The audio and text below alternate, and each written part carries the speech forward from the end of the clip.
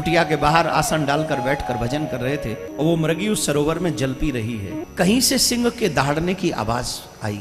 भय की वजह से उसने उस शिशु को, उसके बच्चे को जन्म दिया। उसने सरोवर में छलांग लगा दी और जैसे ही सरोवर में छलांग लगाई, मृगी तो मरी गई, लेकिन सोचने से मृग के बच्चे को कौन पालेगा। आए थे क्या करने? राम राम करने, भगवान का भजन करने। कर क्या रहे? मृग का पालन कर रहे हैं, पुत्रवत उसका पालन करते हैं, पुत्रवत। और वो मृगों के झुंड को देखकर उन्हीं मृगों के साथ मिलकर चला गया। मृग मृग कहते कहते, मृग मृग कहते कहते उन्होंने अपना शरीर छोड़ दिया। भरत जी महाराज अगले जन्म में मृग बने। इस संसार में जिनको ज्ञान नहीं है वो भी ज्ञानी बनने की कोशिश करते हैं। एक दिन की बात, कुटिया में बैठकर, कुटिया के बाहर आसन डालकर बैठकर भजन कर रहे थे। उन्होंने एक दृश्य देखा। एक मृगी आई है जो कि गर्भ से है और वो मृगी उस सरोवर में जल पी रही है। उस जल पीती हुई मृगी को जब भरत जी महाराज ने देखा तो भगवान की प्रकृति को नमन किया। उसी समय कहीं से सिंह के दहाड़ने की आवाज आई और सिंह की दहाड़ना सुनकर, गर्जना सुनकर उस मृगी को भय लगा। भय की वजह से उसने उस शिशु को, उसके बच्चे को जन्म दिया और उस बच्चे का जन्म हो गया। पर भय तो समाप्त नहीं हुआ, भय तो अभी भी बना, उस शेर आएगा मुझे खा जाएगा। उस डर की वजह से उसने सरोवर में छलांग लगा दी और जैसे ही सरोवर में छलांग लगाई, अभी अभी बच्चे को जन्म दिया है, अधिक देर तैर ना सकी, डूब के मर गई।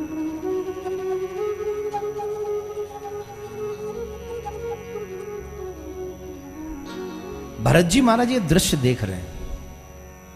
मृगी तो मरी गई, लेकिन सोचने से मृग के बच्चे को कौन पालेगा।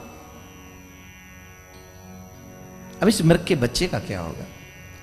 तो भरत जी महाराज उस मृग के बच्चे को अपने यहां ले आए, उसका लालन पालन करने लगे। जैसे एक पुत्र का लालन पालन करते हैं, ठीक वैसे ही उस मृग के बच्चे का लालन पालन करने लगे। आए थे क्या करने? राम राम करने, भगवान का भजन करने। कर क्या रहे हैं? मृग का पालन कर रहे हैं। खुद नहीं खाते, मृग को खिलाते हैं। खुद जल नहीं पीते, उससे पहले मृग को पिलाते हैं। उठते जागते उसकी ध्यान रखते हैं, पुत्रवत उसका पालन करते हैं, पुत्रवत।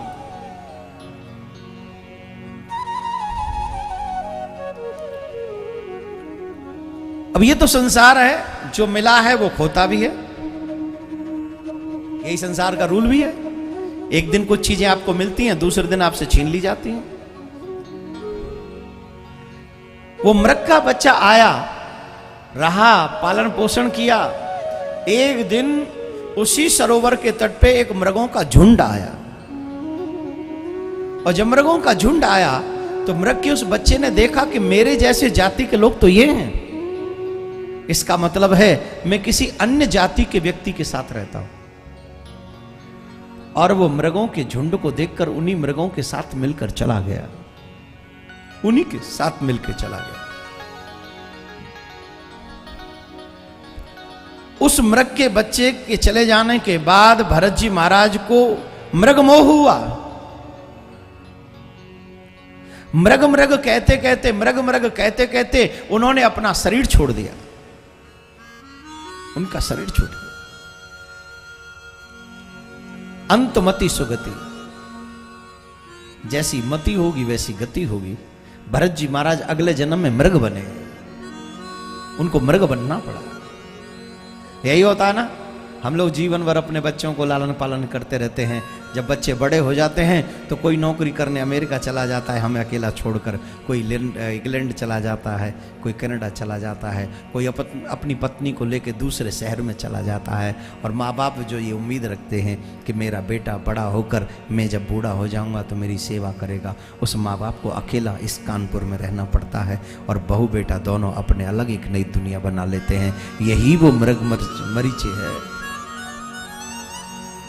पूरा जीवन लगा देते हैं, ये मेरा बेटा ये करेगा, मेरी बेटी ये करेगी। लेकिन जैसे बच्चे बड़े होते छोड़ के आपको अकेला चले जाते हैं और आप वहीं रह जाते हैं। उनका लालन पालन गलत नहीं है, उनका दृष्टिकोण गलत नहीं है, उनकी भी मजबूरी है, नौकरी करना, काम करना, जाना ही पड़ेगा। लेकिन याद रखिए मेरे भाई बहन, सच्चा रिश्ता सिर्फ गोविंद से है। वो आपको कभी अकेला छोड़ने वाला नहीं। उससे अपना एक रिश्ता बना लो जो तुम्हें कभी अकेला नहीं छोड़ने वाला है, कभी नहीं। संसार के रिश्ते जो भी हैं वो शरीर से निभाइए, कोई प्रॉब्लम नहीं है। अमृत की योनि में भरत जी महाराज को ये याद था कि मैंने क्या मिस्टेक की है पीछे। भगवान से प्रार्थना कर रहे थे, महाराज अब की बार क्षमा कर दो, अगली बार से ऐसा नहीं होगा, बिल्कुल भी नहीं होगा। फिर उनको मानव योनि में फिर से जन्म मिला, ये तीसरा जन्म है, और ये जन्म है ब्राह्मण के घर में।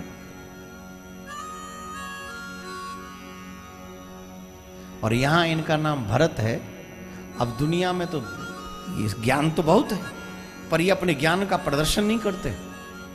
इस संसार में जिनको ज्ञान नहीं है वो भी ज्ञानी बनने की कोशिश करते हैं, प्रदर्शन करते हैं। क्यों? ज्ञान का प्रदर्शन करना भी मुश्किल ही होता है ना। अधिक प्रचार हो जाए तो आपके पास अधिक लोग आने लग जाते हैं, अधिक लोग आने लग जाते तो आपके पूजा पाठ में विघ्न पड़ता है। और अब तो कलयुग के लोग हैं, कलयुग के लोग ऐसे हैं, जब आए तभी मिलो, तुम क्या कर रहे हो इससे उन्हें कोई मतलब नहीं। कई बार जब आश्रम में मिलते लोग आते हैं, शाम को बैठते हैं, सबसे मिलते हैं, तो कई बार जैसे आप अंदर कुछ कर रहे हो तो सीधे बाहर से आता है, हमारी गाड़ी बाहर खड़ी है, हमको अभी जल्दी जाना है, महाराज से कहो थोड़ा जल्दी आ जाए, अभी मिल सके तो ठीक है, नहीं तो हम जा रहे हैं। लगता है कि महाराज तुम्हें जरूरत है उनसे मिलने की, उनको तुमसे मिलने की जरूरत नहीं है। मिलना है तो जल्दी मिलो। भगवान का मंदिर बंद हो गया क्या? अरे भाई दोपहर के 2:30 बजे आए हो तो मंदिर बंद हो गई। अच्छा अब कब खुलेगा? भाई शाम को 4:30 बजे खुलेगा। ओहो अब 2.5 घंटे इंतजार करना पड़ेगा ना, आप पहले बोल देते। हम तो कहते भगवान से प्लीज आप वेट करो, कानपुर से एक भगत जी आ रहे हैं, वो आपके दर्शन करेंगे, उसके बाद आप विश्राम में जाइएगा। ऐसा होगा? बोलिए। हम जिसके पास जा रहे हैं उसके मुताबिक हमें समय चाहिए, वो हमारे मुताबिक नहीं होगा। अगर ईश्वर के पास जा रहे हो तो कम से कम ये सोच के जाओ कि मेरे ईश्वर के मुताबिक मेरा टाइम उनके लिए है। पर अधिक ज्ञान का प्रचार विचार या अधिक किसी व्यक्ति का प्रचार विचार निश्चित उसे माया में जकड़ लेता है, ईश्वर से डिस्टेंस होता है। इसलिए भरत जी महाराज ने सब कुछ जानते हुए भी अपने आप को अज्ञानी ही साबित किया सबके सामने, और इसीलिए लोगों ने उन्हें जड़ भरत कहा। ये तो जड़ है, इसे तो कुछ आता ही नहीं, उनका नाम ही पड़ गया जड़ भरत। माता पिता के जाने के बाद उनके भाइयों ने कहा ये जड़ है, ये कुछ नहीं कर सके, खेत पे जाओ और खेत पे जाके खेत की देखभाल करो, देखो कोई खेत में नुकसान पहुंचा है। अब खेत पे चले गए, bड़े खुश हो गए, दुनिया की मोह माया से थोड़ा दूर है, खेत पे कोई आता ही नहीं ज्यादा, तो वहीं रहते हैं खेत की देखभाल करने के लिए। एक राहगीर वहां से निकला तो उसने खेत की दशा देखी, खेत में तमाम चिड़िए चिरौटे लगे हुए हैं,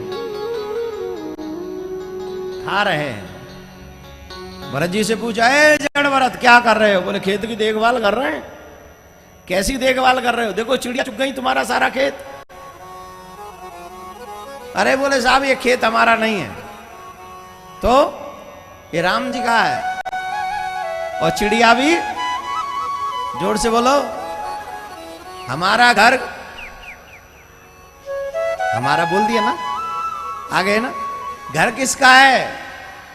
दुकान किसकी है? गाड़ी किसकी है? बच्चे किसके हैं? पर्स किसका है? चेन किसकी है? मोबाइल किसका है?